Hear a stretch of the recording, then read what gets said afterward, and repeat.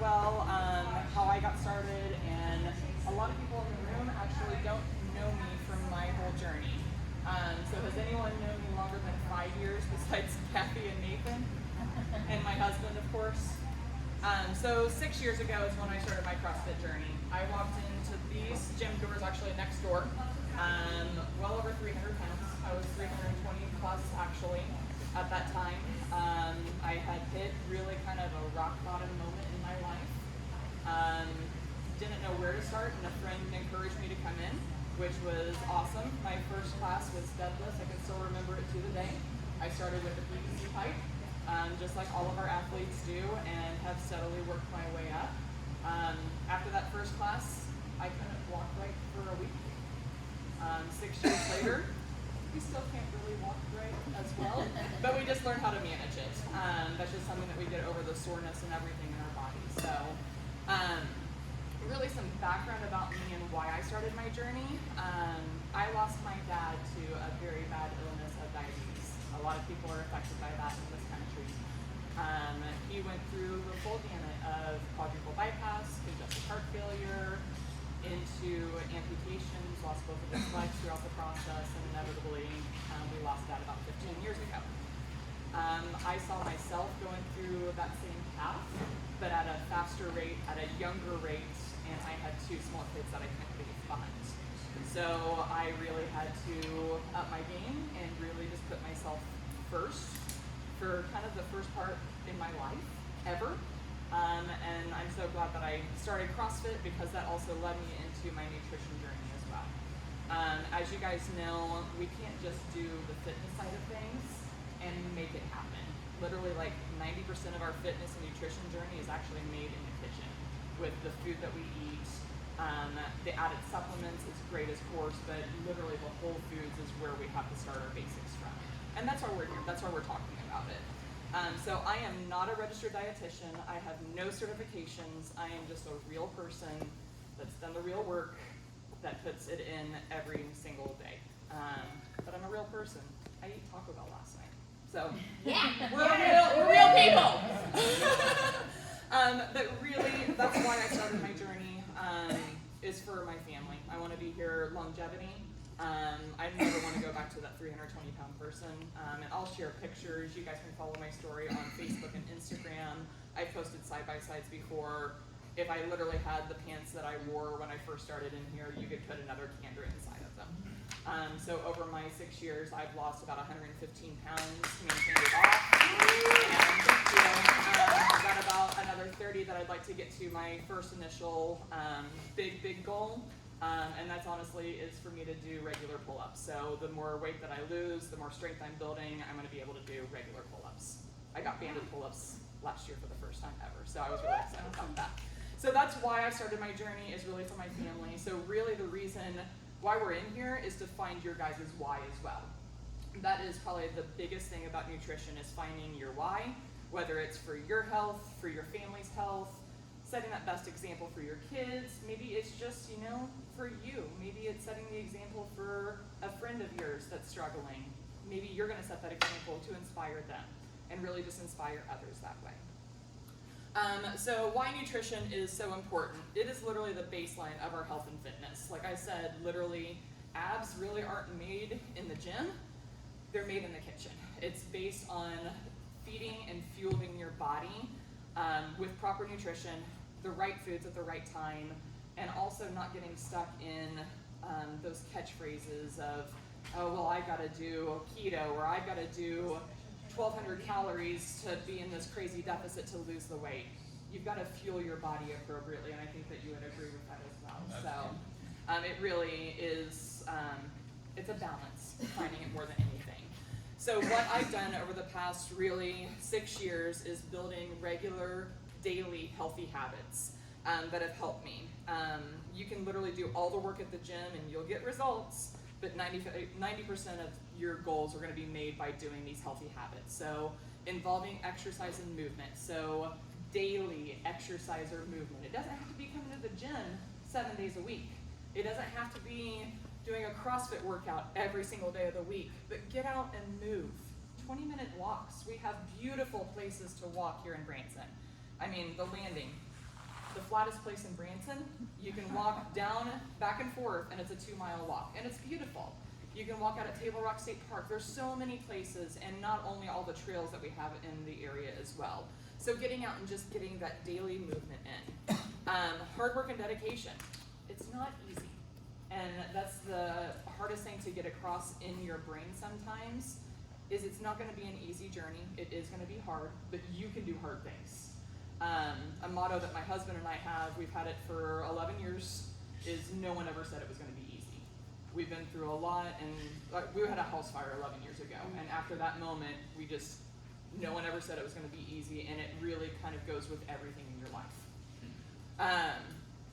Rest and recovery. I put that really kind of up closer to the top of this list, is building that healthy habits, is because your body needs to rest and recover. Some of you guys have followed my journey recently, and I just completed 75 hard last week. Thank you. For the 900th time. Maybe the third. That's how good of a person you are. You're amazing. But rest and recovery is literally so important to getting quality sleep, quality rest, maybe even your exercise and movement is really maybe a 30-minute yoga session, or rolling out for 30 minutes, or just having that movement, but working on your flexibility and your mobility all at the same time. Positive mindset. I think you said it this morning. You didn't want to come in because of what? The workout? Yeah. Yeah. But you had a positive mindset about it, and you made it through, right? Yeah. You worked for 35 minutes. Yeah. You wiggled a little bit. You moved. You moved for 35 minutes today. But all about that positive mindset coming in here, not only into the gym, but into your nutrition. And I'll talk about like the nutrition part of it as well. Water. How many of you guys think you actually drink the amount of water you're supposed to? I know you do. What day are you on right now? 67. That's right. After I stopped 75 hard, first thing that went away was water. I don't know why. I know I can do it. But how many of us, besides Sabrina, get the amount of water that you think you should get? How many ounces do you think you drink a day? I was thinking 64 ounces. Yeah, I mean, you need to shoot for at least a half a gallon of water easily. Anywhere from a half gallon to a gallon surplus. How much do you drink in a day? A little over a gallon. A little over a gallon. And honestly, like, to get the habit built in my mind for a while, I literally set a timer on my phone. 9 o'clock in the morning, drink your water, stupid. Noon, drink your water, stupid. And like literally having those reminders on your phone helped me build that daily healthy habit. So by like 5 o'clock in the evening, I was like, I've had my gallon of water. Okay, I can have a soda, or I can have, an iced tea or something like that. Accountability is the other part of the nutrition process that I love to talk about. Sabrina and some friends of mine, the other Sabrina, I'm accountable to you too. But we started a fitness journey like 5 years ago. We would literally send screenshots of our nutrition to each other daily. That way we knew we would hold each other accountable. We would call each other out on things. Well, why did you eat that? You know that that's not part of your nutrition. That's not part of your habits that you're building. And it was good to have that accountability. I know Kathy and I will talk to each other. Jen and I've talked. Ashley and I've talked. I mean, you texted me the other night, was like, is eating a pound of shrimp okay for one person? I'm like, yeah, it's okay. So having that friendship and having that accountability, I think, is really the basis of why nutrition is so important, and just building those daily healthy habits. So how do you do it?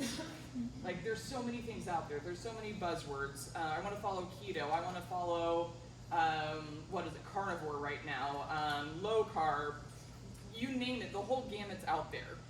I'm going to talk about what worked well for me. However, I'm one person. It's not going to work the same for everybody as it does for me.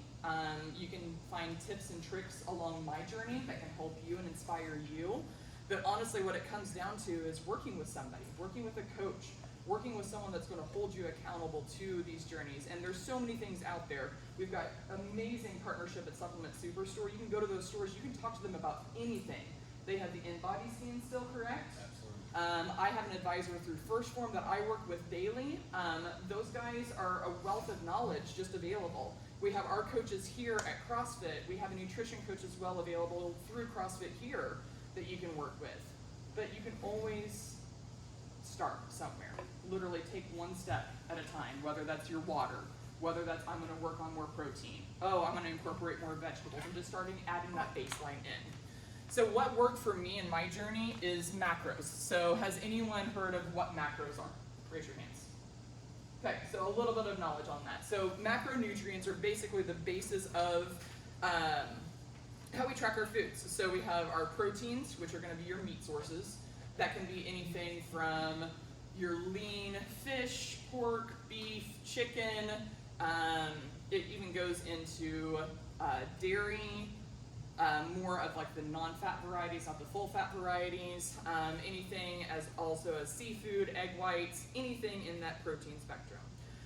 Carbohydrates, those are kind of like your tasty things. You can get in trouble in that group, right?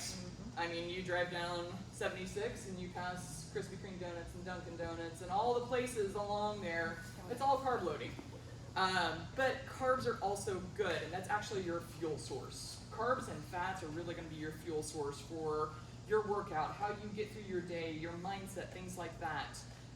So carbs are going to be, the good ones are going to be your whole grains, your rice, your quinoa, whole grain pastas, your fruits and vegetables, but there's benefits to eating those. So you'll have fiber, which fiber is a good thing.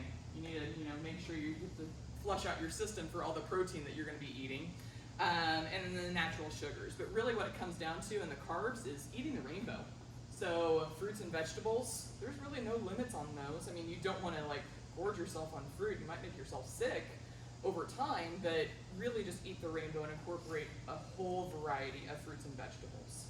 And then the fats, of course, this can be a really, really tricky subject as well because fats are hidden in everything.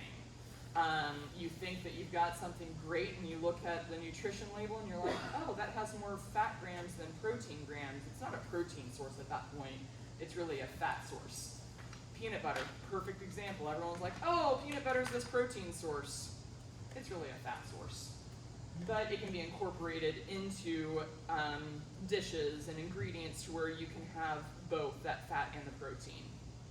So in the fat group, healthy fats is what is preferred. So nuts and nut butters, fats containing dairy, seeds, avocado, and healthy oils.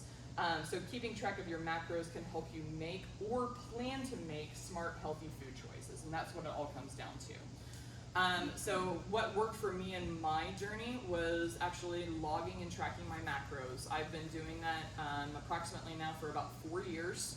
On and off, I'll go through phases to where I'll track and then I won't track and then I'll get back on the plan. And I just find that I feel better when I'm tracking my food. I use the First Form app. There's so many other apps available. There's MyFitnessPal, which is a free app. However, you can pay for a premium version and you get more availability in the app. First Form. That last one you said, First Form? First Form is also a paid app as well. However, you get access to an advisor, which is amazing. I work with a gentleman right out of St. Louis. You work with a gal out of California. How much is that? They just raised their prices. $12.99 a month. Oh, okay. Well, my fitness costs 20. Yeah, but there's on First Form's app, you literally have daily Q&A. There's videos available. You have pretty much live chat with your advisors. They pretty much get back with you within 24 hours on stuff. Cool. You get check-ins and all of that stuff, and they actually will set your macros for you, which is really great. So logging the food and also online calculators and working with a coach. These are things I'm going to get everyone's email and kind of email summaries of all of this stuff out to you and how to find out these numbers for you. Because I know that was one of the things is how do I even find what I should be eating? There's a good baseline based on your weight currently. So I'm going to use me for example. I'm at 210 pounds currently. I should be eating 2,100 calories for my baseline. That gives me a pretty much maintenance calorie range for me. However, that's me being stagnant. That's not me exercising. That's not me walking. I'm a restaurant manager, so I walk 15 to 20,000 steps on a daily basis. So I'm constantly going. So yes, my activity level's higher, but I choose to use a lower activity level, so I'm kind of already in that calorie deficit. So that's a rough guesstimate on calorie range for you. If you want to get to a lower goal weight, of course you're gonna track down your calories just a little bit. And there's adjustments that will be done throughout your journey.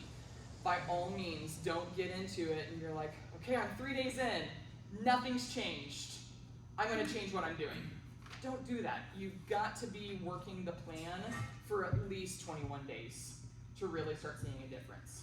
And the difference isn't going to come in the scale immediately. It could come in inches lost, your clothes fitting better, a compliment from a stranger or someone that you haven't seen in a while. They're like, oh, wow, you look like you're losing weight.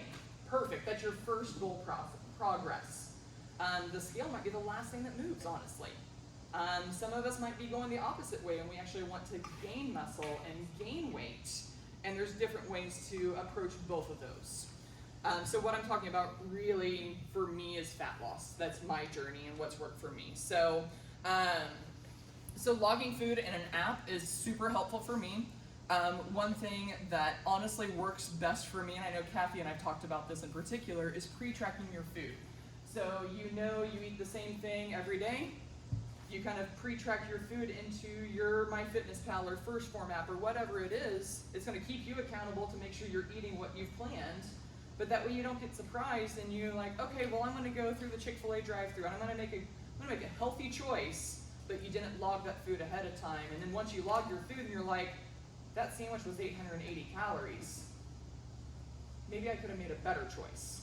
Or maybe I could have had a half sandwich and saved the other half for later. So there's different things to look at, but pre-tracking has probably been my biggest success.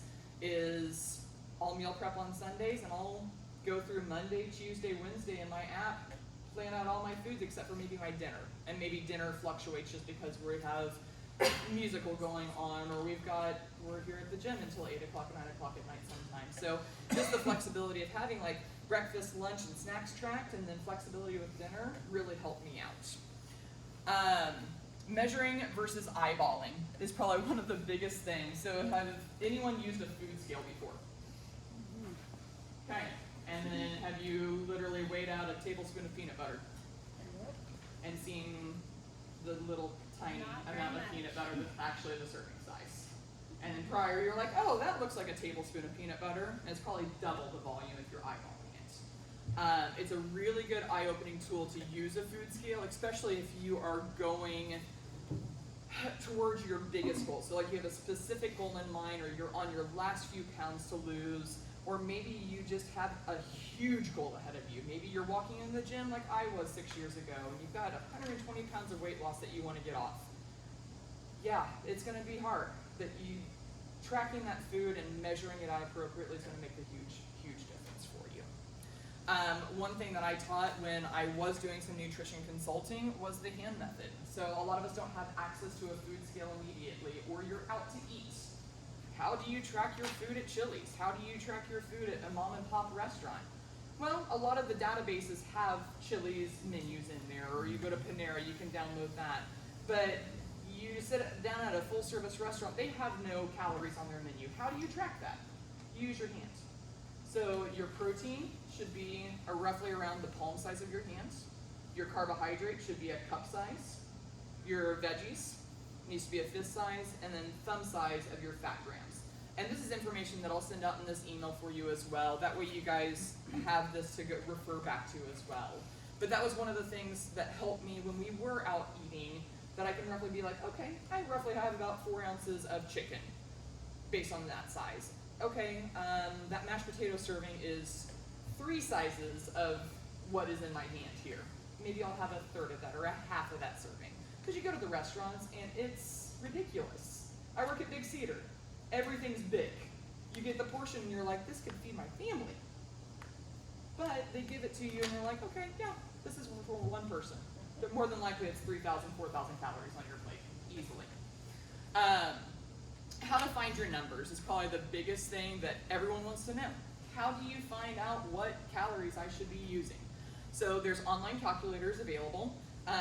Probably the best ones that I found that were extremely similar to the numbers that was given to me by my advisor was macrosinc.net. It is a free service. However, of course, there's coaching available online.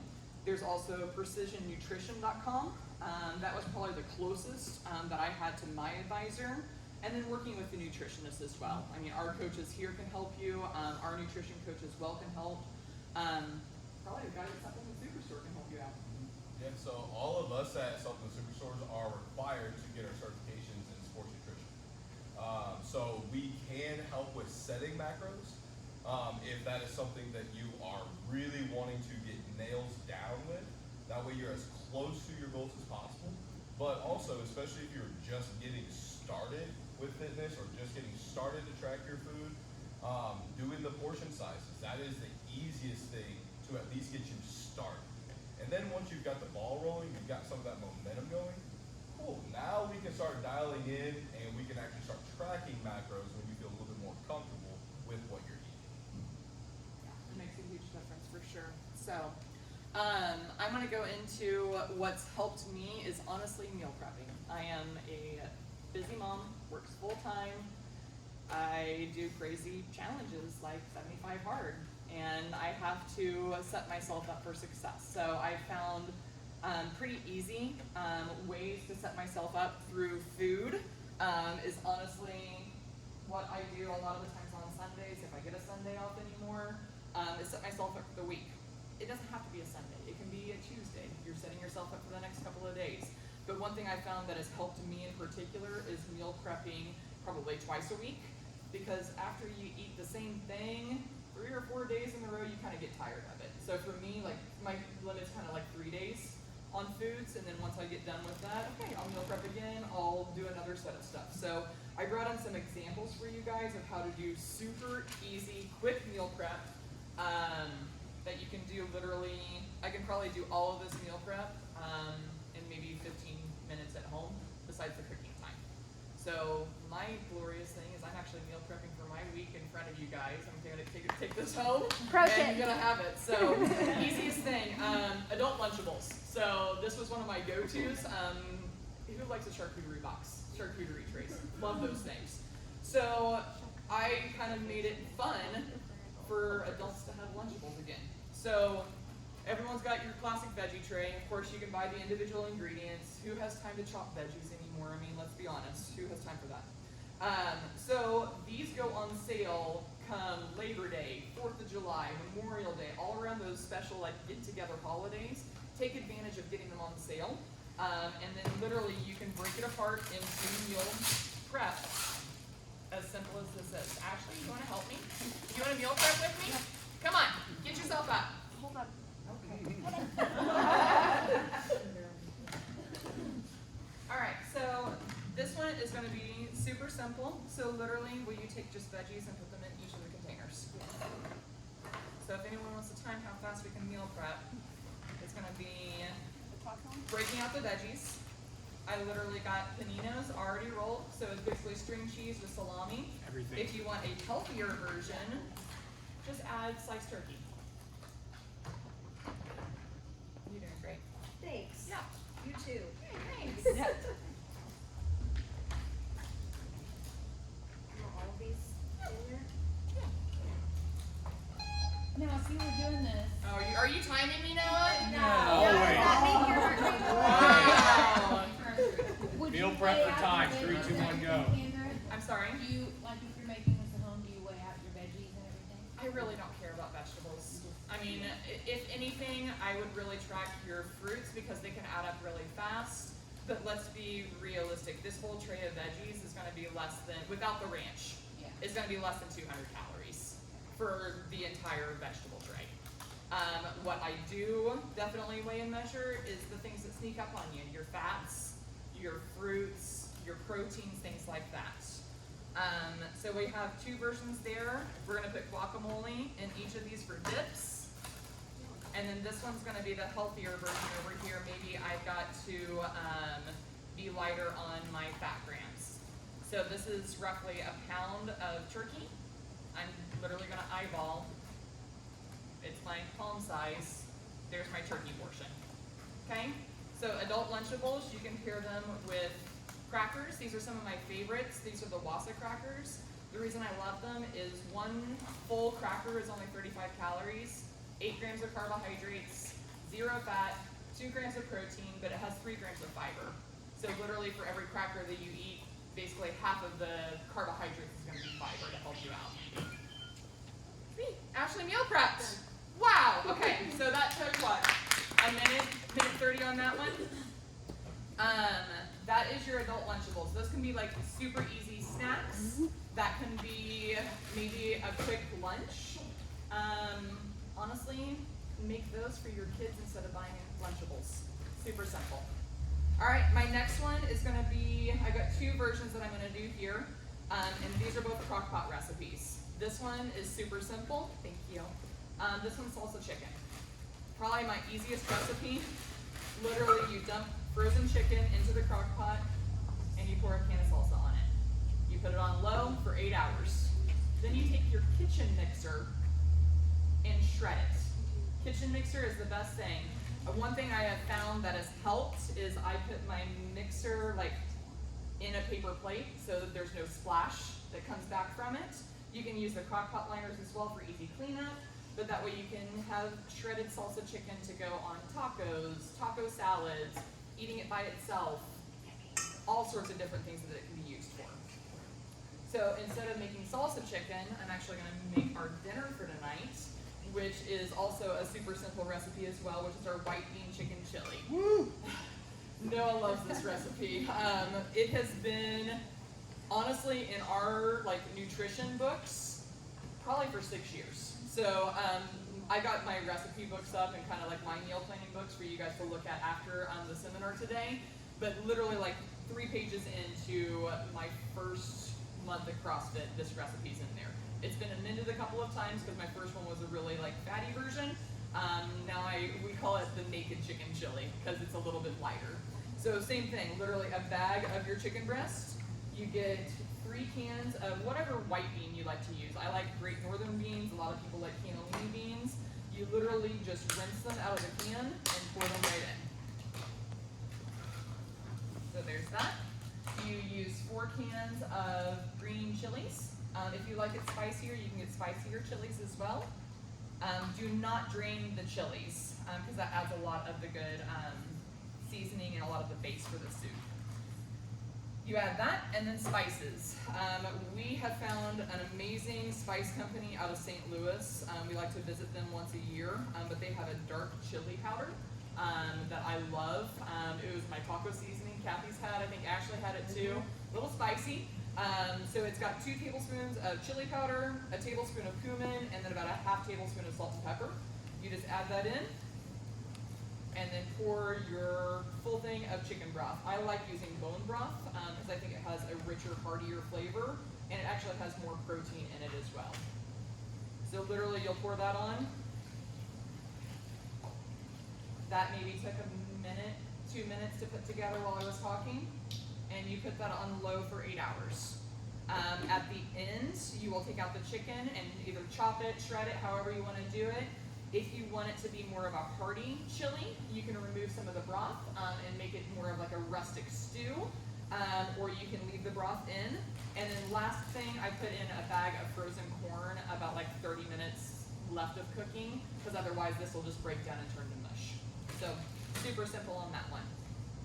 And then probably my go-to lunch meal prep recently, and I posted this on my meal planning and prep page, is pre-packaged, super simple ingredients. So I love all of these. It's probably one of my favorite places to shop. These are located like literally right when you walk in the front door next to their produce section, but they have these pre-cooked boneless, skinless thighs in a wide variety of flavors. You can find them at any grocery store. You can find brisket, pulled pork, pulled chicken, all of that stuff, but it's pre-cooked, already kind of measured for you as well. I will literally take a bag of frozen vegetables. So this bag will actually make 2 meal preps, so I'll just do half the portion. Put it on a sheet pan that's lined with aluminum foil, a little bit of pan coating, put my vegetables on it, put my chicken on it, bake it for 20-30 minutes, and then I use super simple, pre-cooked rice. Probably my easiest thing. 90-second rice in the microwave. I divide it into 3 containers, so a third of this will be your serving. And I've done it so long that I just kind of eyeball it. If you're on very specific goals, yes, you can weigh and measure it.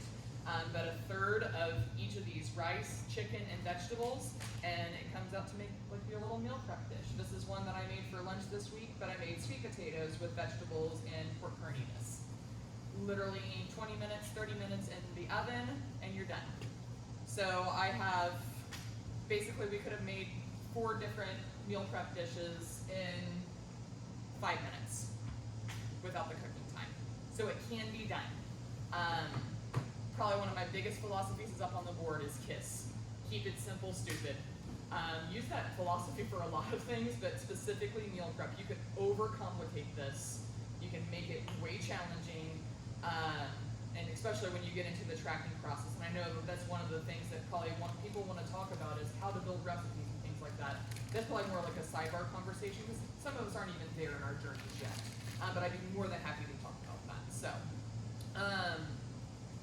want to get you started, and then we'll do Q&A at the end of it. So, it was a pleasure, guys. Supplement's going to take it over and talk about the supplementation of the actual healthy foods.